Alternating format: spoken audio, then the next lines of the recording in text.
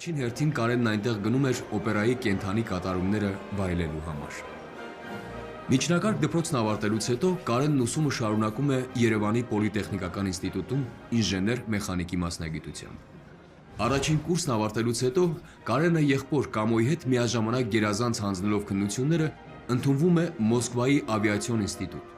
բայց ընտանիքը որոշում է, որ այնտեղ սովորել կարող է եղբայրներից միայն մեկը։ Կարենը զիջում է ավագ եղբորն ու շարունակում ուսումը Երևանում։ Այս որոշումը ճակատագրական է դառնում նրա անձնական կյանքում։ Ապագա կինը Ռիման սովորում էր նույն համալսարանում քիմիայի ֆակուլտետում։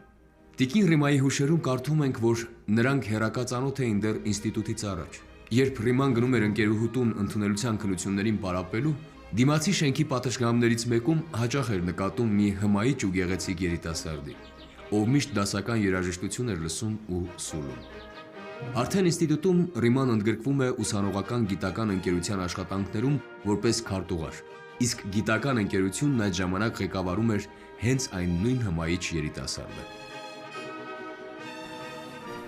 Աշխատանքային ժամերն ավարտում էին զբոսանքով երևանյան գեղեցիկ փողոցներում։ Ռիման ավելի ուշ պետք է իմանար, որ իրենց հանդիպումը պատահական չի եղել։ Կարենն առաջին անգամ իրեն տեսնելիս ընկերներին շշնջացել էր. «Այս աղջիկը իմ կինն է լինելու»։ Նրանք միասին ապրեցին 44 երջանիկ տարիներ։ Դրանք